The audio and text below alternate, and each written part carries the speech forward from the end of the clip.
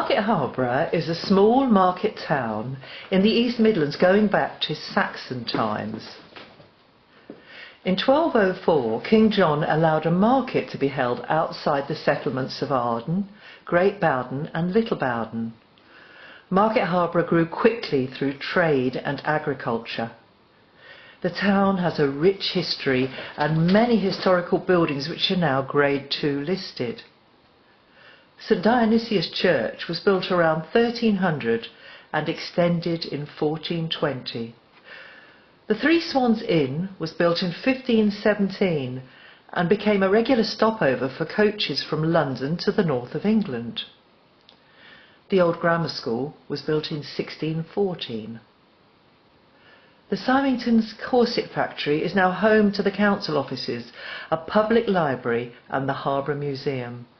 Symington's became famous during the war for the manufacture of thousands of parachutes for the Royal Air Force.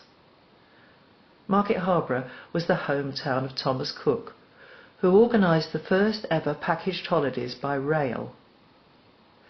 In the year of the second millennium, an extraordinary tapestry was unveiled in the Market Harborough Library at the council offices. This exciting project was initiated by the Market Harborough University of the Third Age, and its creation took 3 years. This is the story of the Millennium Tapestry, told by the 4 ladies who designed the tapestry and managed the project. They were Angela Newport, Sheila Pendered, Anne Allen and Marjory Clements. In 1980, I looked in the Harbour Mail and I saw the account of a meeting of the first HWu3a to open in Market Harborough. The following month, when they had the second meeting, I was there and I joined. I came from the south, joined HWu3a quickly because I thought, oh, there's a nice organisation, but there's lots of local people in it. Loved Harborough from the start, found it very interesting. A gentleman called Cyril Pigott joined about 6 months after me. He came from Hampshire, and down there they had done a series of tapestries, not for the millennium, but the county they lived in. He was very keen, what are we going to do, HWu3a at the time, for the millennium. Now it was about 4 years off then. It gave us plenty of time to think of something. In 1997 there was an air of excitement happening in Market Harborough about the millennium coming and whether there was going to be anything special happening, whether there'd be street parties or our HWu3a doing anything special. We were asked at general meetings to give suggestions. 2 members came forward with a brilliant idea of a tapestry. They were Anne Allen and Cyril Pigott. It was like a vision that they described. They would like to tell the story of Market Harborough, our great town, in pictures on a tapestry. Well, this was put to the general meeting. It got a good response. There were over 30 members who volunteered to help. Mostly ladies wanting to do the sewing. I'm not a sewer, but I was excited by the whole thing and thought that I might be able to help with something. First of all, we had to have subject matter. John Pendered headed a team of photographers. They went around town taking countless photographs of interesting points of our town. 400 they did, I believe. And then a suggestion box was put at meetings. Everybody was asked to give thoughts, feelings, ideas, anything really to help with this to go forward. Sheila came in with a colourful picture of the carnival. She said it had taken some time. They could do with some more designers. So I willingly volunteered along with Anne Allen and Angela Newport. 4 of us, Sheila and myself and Angela and Anne. There was lots of technical stuff to be discussed. I hadn't quite realised how much background stuff was needed. I wasn't on the technical side. Things like wall thicknesses, colours, shades, all had to complement each other so that there'd be no jarring when you viewed the tapestry. Frames had to be made, of course, for each panel that was done, and lovely gentleman Arthur Jones made lots of these, and the first 10 were delivered in November 97, so the ladies could get properly started. Angela's hubby Frank helped massively. The other thing we needed was some kind of steering group. I've got 10 names of the steering group, and that varied throughout the whole of the tapestry time. For 3.5 years there were different people, there were always some constants.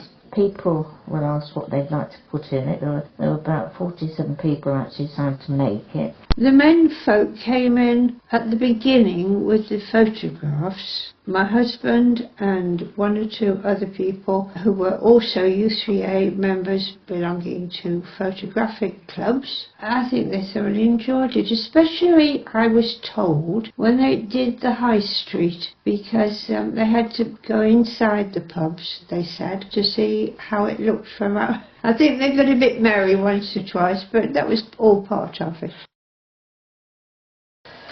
The canal came to Harborough in 1809, which meant that Harborough town was then connected to a network of waterways, and of course more goods could come into the town on barges, all drawn by horses in those days. In the top left of the tapestry is the panel of the basin. In the panel is a big timber yard. There used to be lots of wood coming into Harborough in those days, mahogany and oak, even coffin boards, and of course goods of all kinds, coal, wool, textiles, that sort of thing. Well, it was a transport revolution really, which changed the whole of the country, and much of the wealth of Harborough came through the basin in those days. Then suddenly in 1997 there was a huge change. The boat building, which was quite famous, was demolished, along with the timber sheds, all belonging to Treneries, which when I came to Harborough that was quite a popular name. The bottom right of the panel shows an artist's impression of what it would be looking like in a few years' time, and that was modern apartments.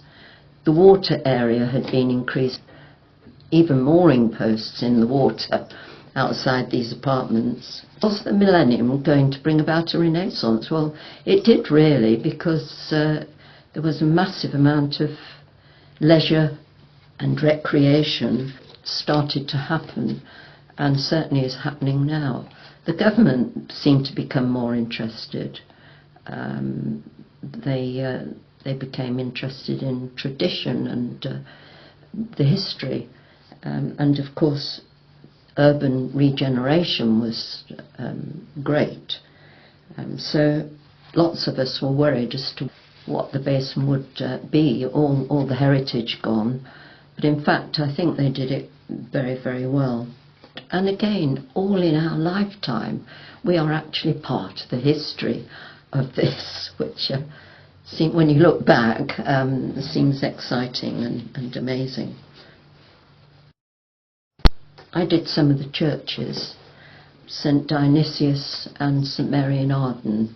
St Di's is probably the most impressive building in Harborough, with its stately spire and so on. It was known as the church without a churchyard, which is quite rare in medieval times.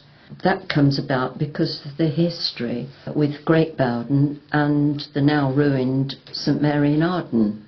Great Bowden was the mother church of St Di's and St Mary's in Arden, which were chapels in those days. And then our dear St Nicholas and St Hugh. St Nicholas was typical of a village church. Schools, of course, were important. When the tapestry was done, there were 8 schools in the town.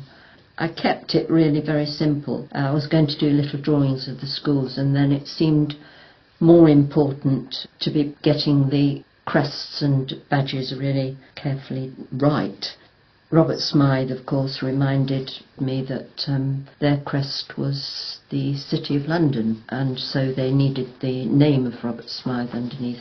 But we had a meeting every now and again to see how we were getting on and if anybody had problems. Each little picture was done by a different person. And then when those little bits of tapestry were finished, they went into a box, and that's how it built up. Then a whole bedroom was emptied so that the floor was free, and then they crawled about on the floor and put the little pictures all in different positions until they'd got what they thought was for the finished thing. There was a lot of input, a lot of arguments. We had a lot of meetings to have a jolly good argument, but we realised that we couldn't get everything in, so we decided to show all the different aspects of Harborough as well as the buildings. Our husbands were pulled in to make frames. We would go and fetch wool and do another bit. I even talked my husband into doing a bit, since he used to sit and watch. He did the H in Harborough on the bottom right-hand side. we come to the Harborough Mail, which is our weekly local newspaper, and in 1890 it cost a penny. I think ours is now £1.40. Colour was introduced in 1996, and of course dear Harby, the newshound, was born in 1995. The Millennium Mail was produced the year before the Millennium to give people an idea of the sort of things that was going to be happening in the town. The Mail exceeded 12,000 in 2000.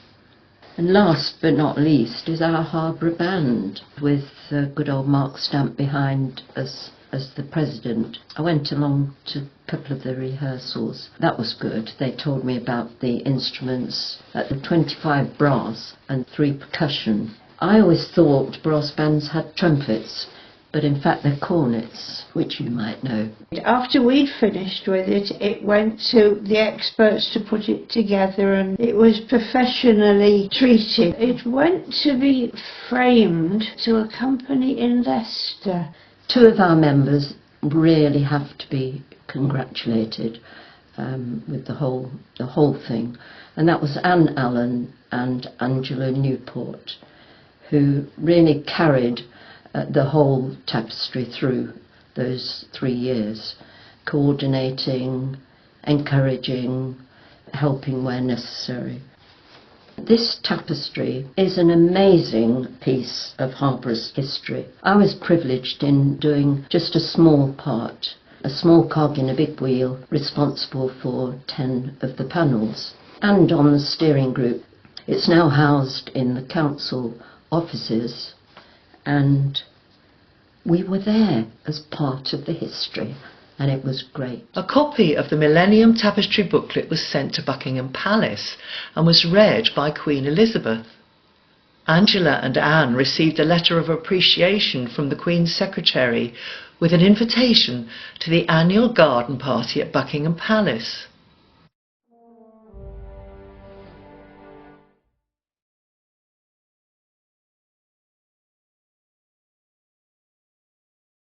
Event for the HWu3a, certainly, for Harborough and for the district. The HWu3a Millennium Tapestry, and I've lost count of the number of times I have written that over the past 3.5 years, but the HWu3a Millennium Tapestry is an incredible project, a community project by the members of the HWu3a. It is an amazing enterprise. Thousands of hours have gone into it. Hours of careful, skillful, loving work. And shortly you'll be able to see the fruits of that work. Of all the people who have been involved, 2 must have special mention. Without, and you all know, without mentioning their names, without them, this would not have been possible. I'm quite certain without these 2 individuals, that would still have books on it, that wall. Anne and Angela have borne the brunt of this. Right?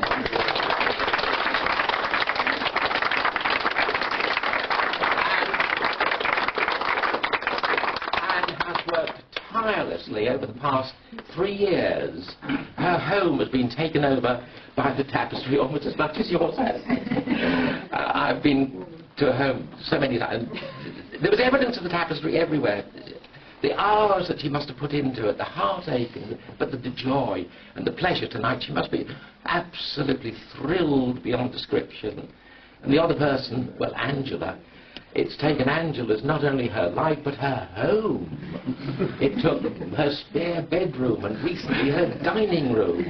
And Angela, we can never tell you how much we're in your debt. And also your husband, because he put up with it. So to Anne, Alan, and Angela Newport, we're always in their debt. We shall always be in their debt. How can we repay them? It's impossible. But one little token is something which I'm now going to ask Angela's husband. Right, thank you. Thank you, Mr. Pickett. I'm Cyril. Cyril, most of us, I must admit. I'm sorry that our chairman of HWu3a is poorly at the moment, and I'm vice chairman, so I'm taking her place. I hope she soon recovers. I have the honour and the prestige, if you like, to present these pictures to Anne. Thank you very much.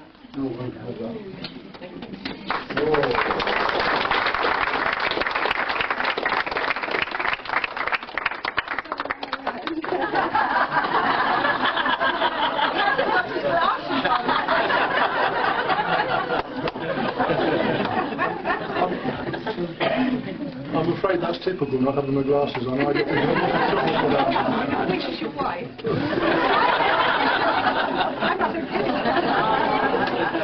I can reiterate what Cyril said, that our house has been a haven for friendship, heartache, love, kindness, and in the end, conclusion. And we were so pleased to see it go out the door. Thank you all very much indeed.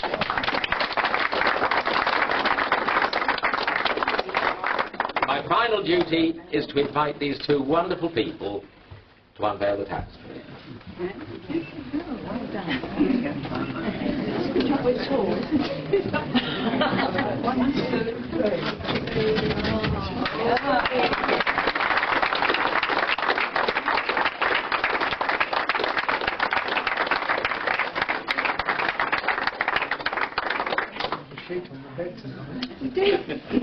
We do have one further little duty, pleasant duty to perform.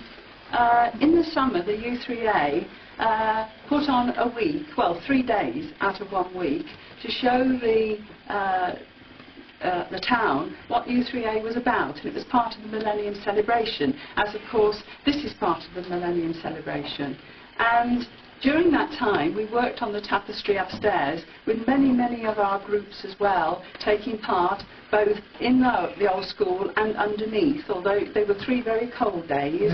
But some people braved it, including the lace makers. They sat there in all the cold doing their lace. But the idea was to show the town what HWu3a meant and what it gives to the town, and illustrate some of our activities. So we thought, well, we can't invite the public to actually put stitches into the tapestry. So we hit on the idea of making some piece of needlework that people could put stitches in, and we came up with the idea of making a Millennium Kneeler. So this was designed, and it was on show for the 3 days, and I think something like nearly 300 people? Yes. Nearly 300 people put Parts of the world stitches as well. in it, yes, from overseas as well, and they all signed their names on paper, and these sheets of paper are actually sewn into the kneeler. So one day, if somebody opens it up, there'll be all these sheets of paper with all these signatures on. So Anne went and asked Chris Moody if he'd be willing to house the Millennium Kneeler for us, and he said he would. So I would now like to show you what the final outcome of it was. We designed it with the flame, because we were all given candles to light on New Year's Eve, and we chose the flame, the light of the world, lighting up the front with the MM for the Millennium, and round it it says U3A Millennium Week July 2000. Wonderful. So we have a permanent record of the U3A Market Harborough and our association with the Millennium celebrations.